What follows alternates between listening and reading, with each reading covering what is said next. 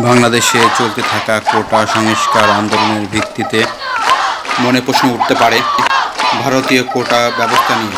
বিশেষ করে প্রতিবেশী দেশ ভারতে সরকারি চাকরির ক্ষেত্রে কোটা ব্যবস্থা তেমন তা জানা কৌতূহল বেশি। দেখা যাচ্ছে জনমূলে ভারতের কোটা ব্যবস্থাকে বলা হয় রিজার্ভেশন সিস্টেম।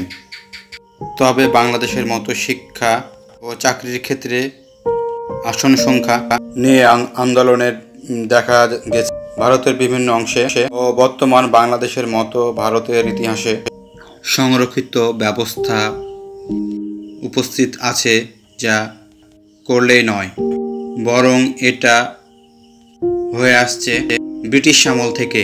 ভারতে বিভিন্ন অঞ্চলে স্বাধীনতা অনেক আগে থেকেই সংরক্ষণ ব্যবস্থা প্রচলন শুরু হয়েছিল, যেটিকে স্বাভাবিকভাবে কোটা ব্যবস্থা বলা চলে।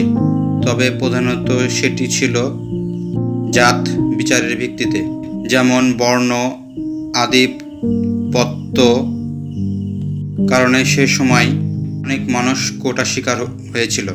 56% কোটা চাপাই দিয়া শুধু প্রহসন না, রীতিমতো অন্যায় অত্যাচার করা হচ্ছে। আমরা আমাদের অধিকার চাই, আমরা ভিক্ষা না, আমরা মেধার মূল্যায়ন চাই, আমরা পরীক্ষা দিয়ে সমানভাবে অধিকার চাই।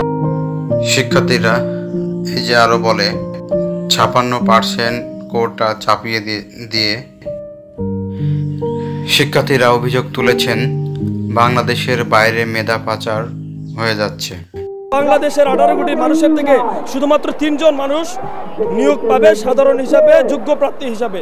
তো দেখুন কি পরিমাণ বৈষম্যটা এসেছে। এবং একটা কথা বলে, আমাদের দেশের সাধারণত শিক্ষাবিদরা, সাধারণত আমাদের দেশের যারা নীতি নির্ধারক যারা আছেন, তারা বলেন যে মেধাবীরা দেশ ছেড়ে চলে যায়, যেটাকে আমরা শিক্ষা বিজ্ঞানের ভাষায় যেটাকে আমরা ব্রেন বলি, আমাদের মেধা পাচারের কথা বলি।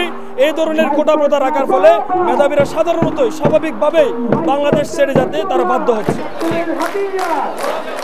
করতে হবে সেটা নির্ধারণ করে, সেটা আমরা তাদের উপর ছেড়ে দিতাম। কিন্তু কোনোভাবেই কোটা 5%-এর উপরে হতে পারে না যদি এই পিছিয়ে পড়া জনগোষ্ঠীর জন্য হয়। এটা আমাদের আন্দোলনের পক্ষ থেকে আমরা ক্লিয়ার করেছি, যেটা একেবারে সম্পূর্ণ বাতিল হওয়ার দরকার নেই। যেমন প্রতিবন্ধী সহ আরও কিছু লোক আছে যারা পিছিয়ে পড়া গোষ্ঠী, তাদেরকে এগিয়ে নিয়ে আনার জন্যই মূলত এই কোটাটা।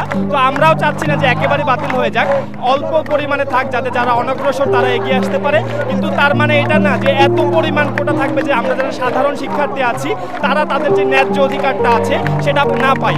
আমি সংস্কার চাচ্ছি, আমি বাতিল চাচ্ছি না, কারণ কিছু কিছু ক্ষেত্রে কোটা রাখা অবশ্যই আবশ্যক হবে। তাই আমরা চাই যে 18 রায় পূর্ণ ফল থাকুক, কোটাটা সংস্কার হোক। দাবি মানা না হলে আন্দোলন আরো কঠোর, কিন্তু প্রতিনিয়ত জোরালো হইতে থাকবে।